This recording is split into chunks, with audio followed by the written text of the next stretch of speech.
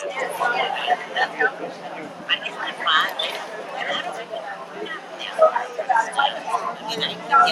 is the line at around 11:05. The doors are scheduled to open at around 11:30. There's at least several hundred people, I would think, so far.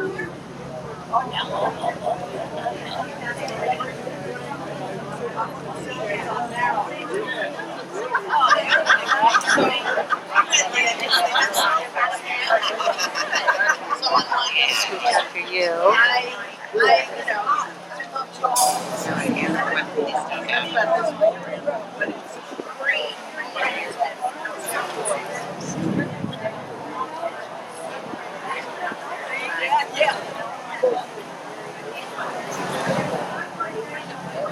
The line goes beyond the edge of the building.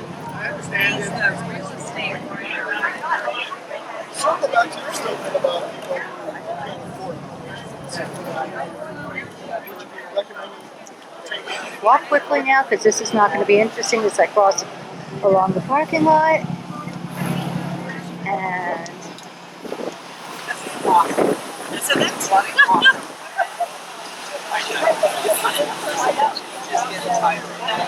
don't move too far, because then I have to get scooch under you.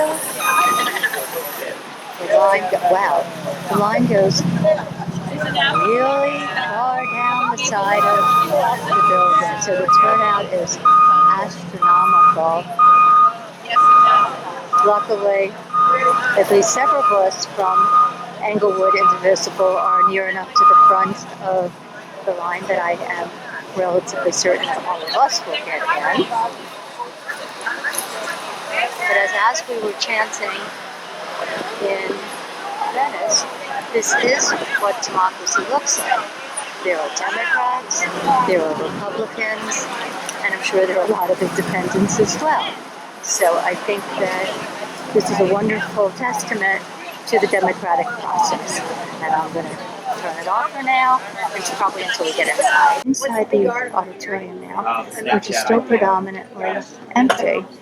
We came to the side furthest from the door, just so that it wouldn't be as crowded. And now you'll see we're close to the front, and it is starting to fill up. And our idea to come to this side seems to have been a good one. Okay, so these are so we can write a question down. There's a pen down every 3 seats. Okay, and then do you hand these in or just... There you go. So that's what it looks like inside the arena. We were rather near the front, so and I have a seat on the aisle so that I would be able to easily video, I think. Yeah, so Now approaching the 12 o'clock hour. You can see that the arena is more and more full, seats. There's a lot of people here. Towards the very back of the arena right now. Even the side furthest from the door is getting fuller. The center section looks to be at least 90%, if not more. You're saying it's supposed to run from 12 to 1? And the section over by the door is jammed. This was supposed to start at noon. However, it's quarter after. People are still streaming in the front door, and it appears that they're not going to start until everybody is in and seated, which is, I guess, a really cool thing. We talked to somebody from his Washington office who said that although it's scheduled to run 12 to 1:30, if it's going nicely, that being no histrionics and whatnot, they were not averse to perhaps running a bit later than that. We shall see. And that's my current report. Bye-bye. Okay, so it's late starting, and the natives are getting very funny came out.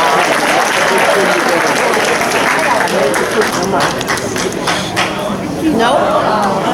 cancel.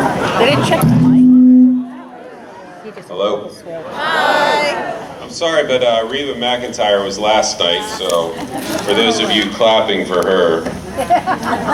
I'm Tom Rooney, and I'm going to ask my son to come up and help me with the pledge, and we'll get started.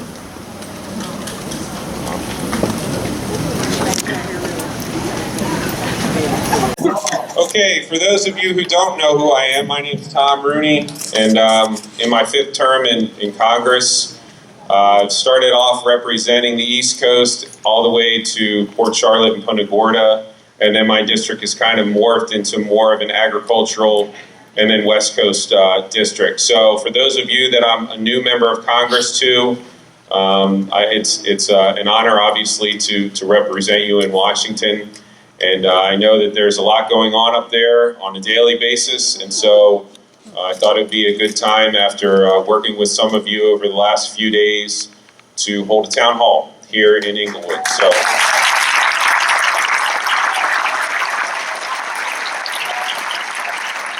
I know there are people here from the Indivisible group. I want to thank you for working with my office, the leadership of that group, and working with us so that we could get this done as quickly as possible.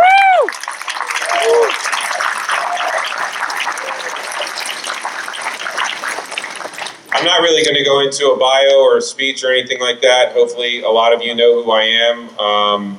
I served in the Army. I went to the University of Florida for grad school, the University of Miami for law school, where I met my wife. Sean was born at West Point, where I taught constitutional and criminal law. My oldest son was born at Fort Hood, Texas, where I was a prosecutor and a captain in the Army, as was my wife. We were dual military. So obviously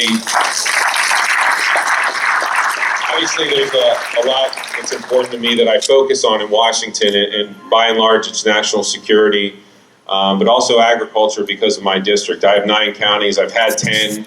I think that I've represented over 15 or 16 counties since I've been in Congress for the last 10 years because of the way that my district has changed. But that's it. We're going to start. I just want to, there's no great science to this. Some people say that we should, have the questions pre-asked or whatever, but I just figure, I had 2 of my younger staffers. Where are they? That's Max. That's Ethan from Okeechobee. Max, Florida State, unfortunately. They're just going to work. We're going to go back and forth between Max and Ethan. They're not going to give up the microphone, but you can, have as much time as you need to ask the question, but just be mindful that other people want to ask questions too. So we're going to just go back and forth and try to answer as many questions as you have. I might not have the answer to every question, and in which case, also, if you're nervous or if you aren't really much for public speaking and don't want to get up and ask a question, I think that we have pamphlets and cards at each chair. So if you want to ask your question privately without having to stand up in front of a lot of people and do it, that's fine too. Just put your email there and hand it to one of these 2 guys, and we will answer it within the next week, I hope. So with that being said, we're gonna get started, and we're going to start with Ethan over here on my right. And Max, if you'll go, yeah. If you're on this side and you want Max's attention, just raise your hand and we'll go from there. Michael Holston, Venice. Congressman, thank you for taking my question. First, I noticed in your handout that you are supporting an appropriations bill to preserve Florida waterways and help clean up the Everglades, which I commend.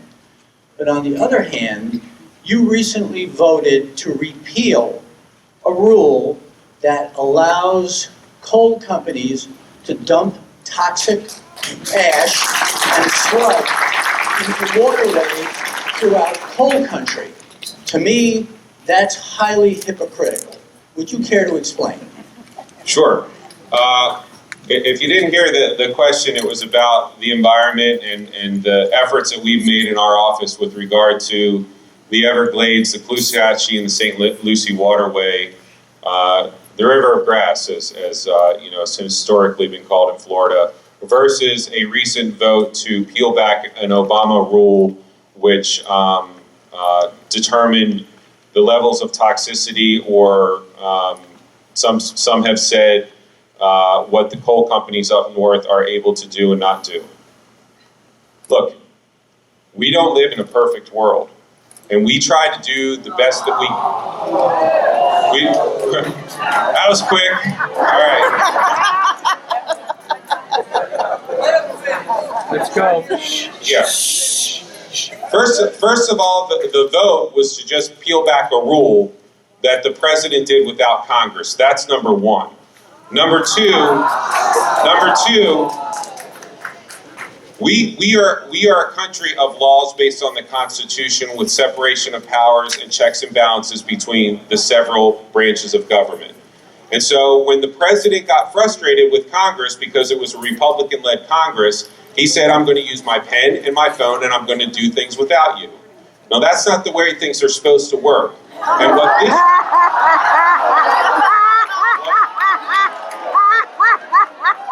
this rule was, I believe, overreach. Take, for instance, and let me just give you an example. Because it's a good question. And it's not to say that I want the coal companies dumping toxic chemicals into the water either. I hope you realize that I would appreciate, clean water as well. But when I was driving over here from Okeechobee this morning, you can't help but notice the miles and miles and acres of citrus groves and cow pastures.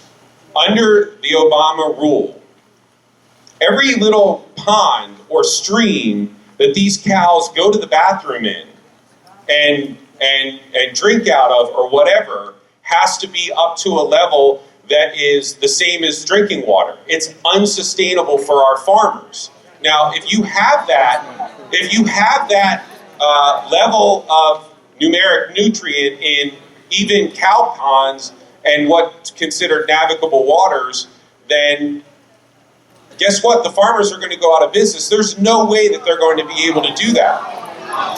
Listen. This is fine. This is fine that we disagree with this.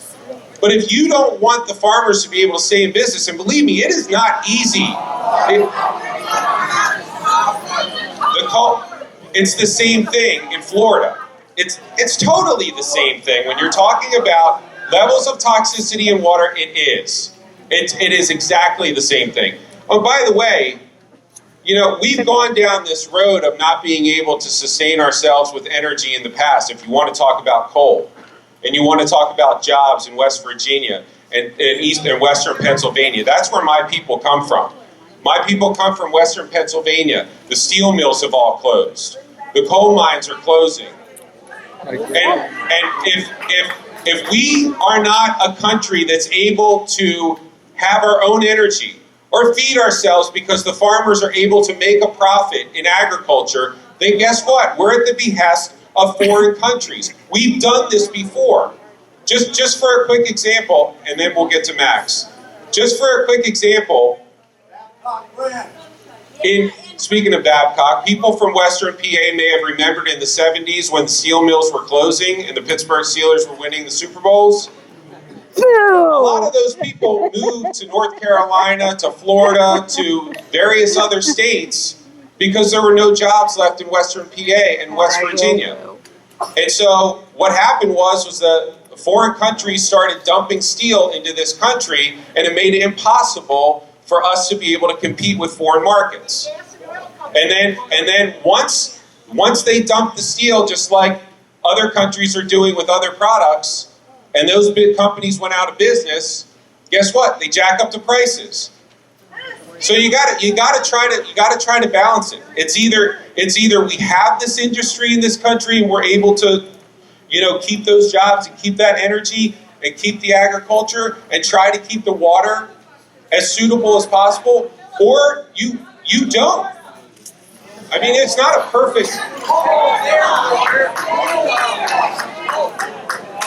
I totally agree, but the president making it impossible for the coal miners to be able to exist at all. Okay, agree to disagree. Leah. Move on. Move on to another question. Max. Guys, raise your hands. Good afternoon, Mr. Rooney. Thank you for holding this meeting, first of all. We really appreciate it. I appreciate your family values. When we were at Venice, you said you were going to your son's game, and I thought that was really great. That was and his game. We really appreciate that was his game. I hope you won. I'm an American with a pre-existing condition, and I'm very concerned that any ACA replacement will reduce my benefits. Can you promise me that you will vote against any replacement that will not guarantee that all Americans with pre-existing conditions will be able to get insurance at the same rate regardless of lapse in coverage? And will you also guarantee that you will not vote to repeal ACA without an immediate replacement?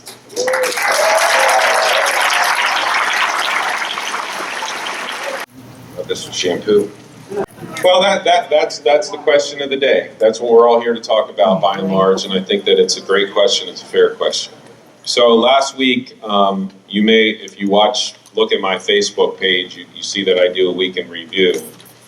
Because of a lot of the things that we've heard about, a lot of the things that I've heard from you all, I co-sponsored a bill that would say that pre-existing conditions have to be part of whatever replacement we do.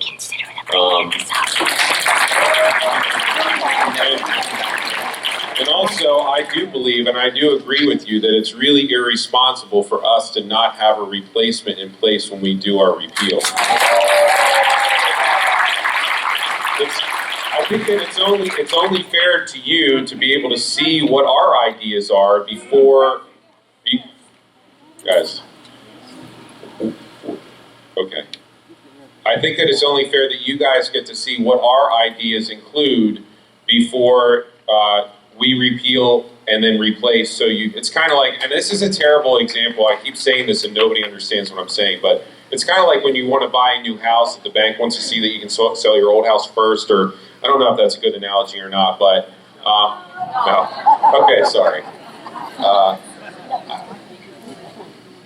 Just I think that it's important that we put our cards on the table and you can see what it is we're trying to do. And I'll get more into specifics with regard to that. But I do believe that people with pre-existing conditions should not be cut loose and should be included in what we do. Just as a follow-up on that, somebody here asked when. Paul Ryan, who's our speaker,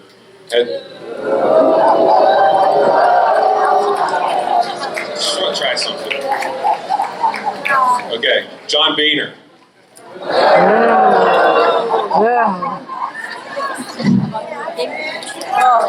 Oh, one green card back there. Wow.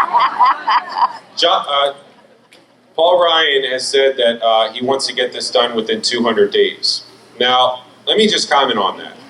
And the reason why you may not have seen our replacement plan already. I think I voted to repeal Obamacare in the last 8 years like 50 times. I don't know. So there's been replacements by various congressmen that are different than each other. And that's why it's never like the Republican replacement. Tom Price has had a replacement. Phil Rowe from Tennessee's had a replacement. Bill Fleming's had a replacement. I mean, all these bills have been proposed, and some of them I've signed on to. I think that there's a Republican study committee replacement that I like that's got some good things in there that I've co-sponsored. But this should show you that we're not even on the same page on our side of the aisle.